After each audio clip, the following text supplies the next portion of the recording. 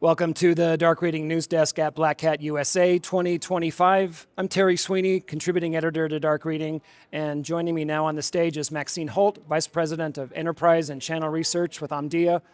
Maxine, a delight to have you here. Thank you so much for doing the news desk today. Thank you for having me, Terry.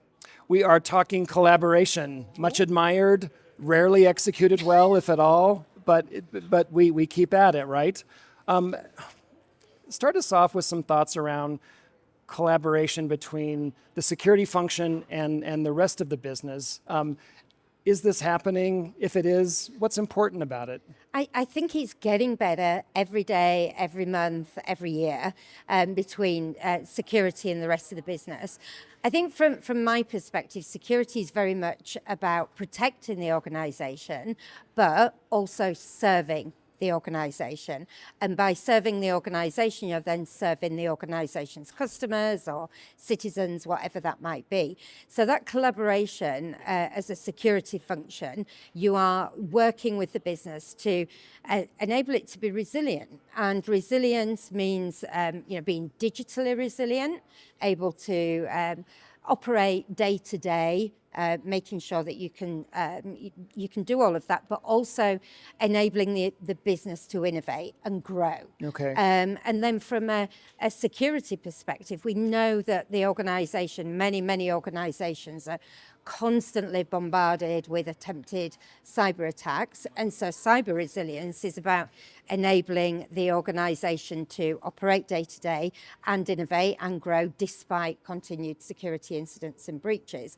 And I think as the CISOs and their teams are very much focused, I think these days, on supporting the business and enabling that innovation. So I do think that the collaboration is pretty cool these days, and it is so interesting to hear even some of the comments as I've been here this week. So much more about collaboration and being in partnership with the business, sure. Which I think is great. Are there specific parts of the organization that you think security would be well advised to target or at least focus on? The different business functions, say, across the lines of business? Yeah, well, I'm afraid I'm going to have to use the dreaded AI term now. So, you can't have many a conversation here this week without mentioning AI. But I think the point is about that there's so many organizations. Yes, some of them have got FOMO about AI, and so they're doing, they're developing AI just for the sake of it. But many organizations, parts of those organizations, are utilizing AI to do better things, to, as I say, innovate, grow, extend the business and make things better for their customers or their citizens or whatever.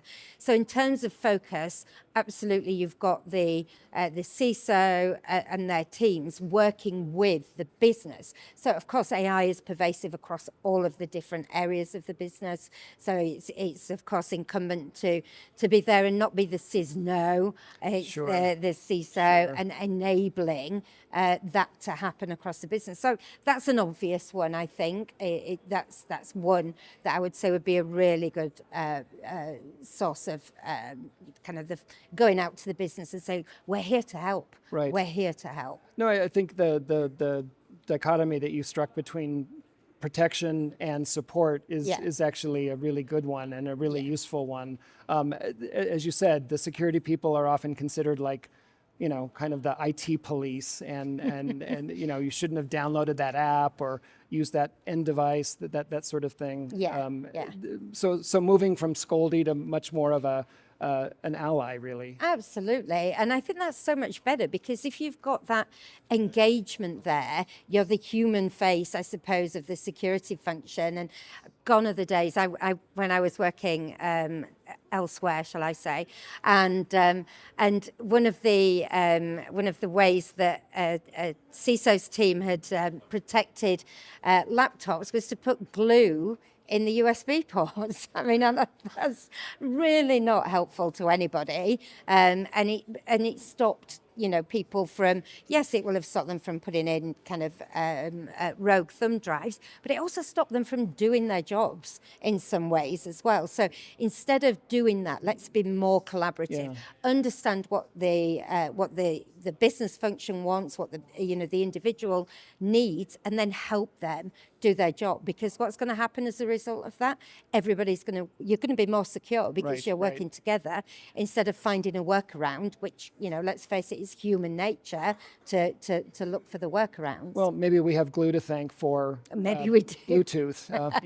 It's collaboration, right? Exactly. Right. On this point of collaboration, how would you assess the relative level of cooperation between IT and security departments? Not always on the same page, but what are you hearing with the clients you talk to? Yeah, well, I often think back to my many years that I've been working now, and I started off in IT. I was a programmer back in the day, which became a developer, which became a software engineer.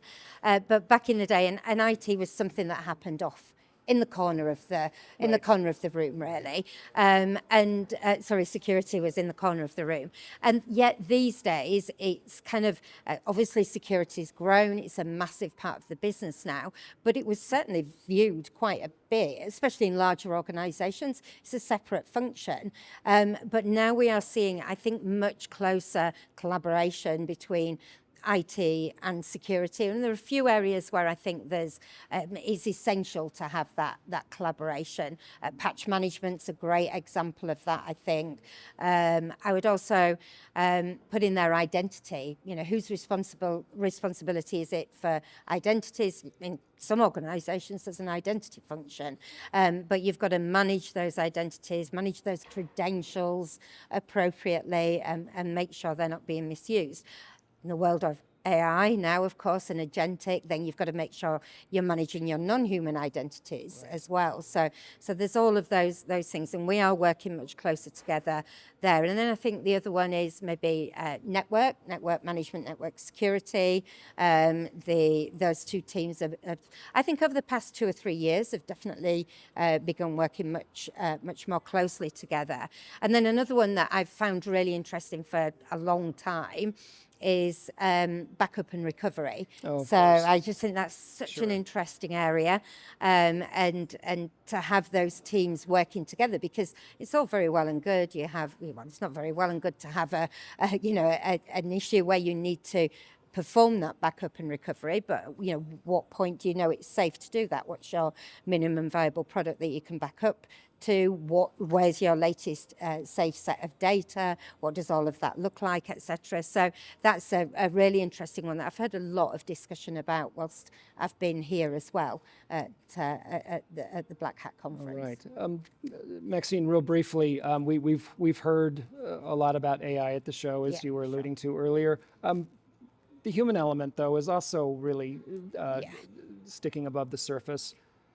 Talk about how you see the human element fitting in to such an AI-driven industry as we find ourselves these days. I think it's so interesting, the human part of AI. I don't think we're ever going to be able to do without humans. We'll all be very pleased to hear that in the SOC. I think it's really interesting to look at as the SOC becomes more autonomous, and we've heard for many years about burnout for SOC analysts and people leaving the profession because it is such a stressful place to be. But the agentic AI in the SOC, etc., is certainly helping support the humans, and so it's helping the workforce situation, I think, there. But humans are always going to be needed. They're going to be needed for some of the strategic decisions. They're going to be needed to look at some of the things that the AI systems are spitting out from a security perspective. So human in the loop. We've heard a lot about that while we've been here. And I think as well, I think of the trust dial, so the trust in AI from a security perspective, and it's never an on-off switch. It is a dial, and you turn it a little bit, and it's you get a bit more trust in the AI, and you turn it further, but then the tech moves on, and the threats move on. So you're always going to need the human, because that dial never stays in the same place. All right. Well, you make an effective case for better collaboration across the organization, particularly from the security department perspective. Thanks so much for joining us on the Dark Reading News Desk today. Thank you for having me. Thank you. We've been talking with Maxine Holt of Omdia. This has been Terry Sweeney for the Dark Reading News Desk. Thanks for joining us for this segment. We'll see you next time.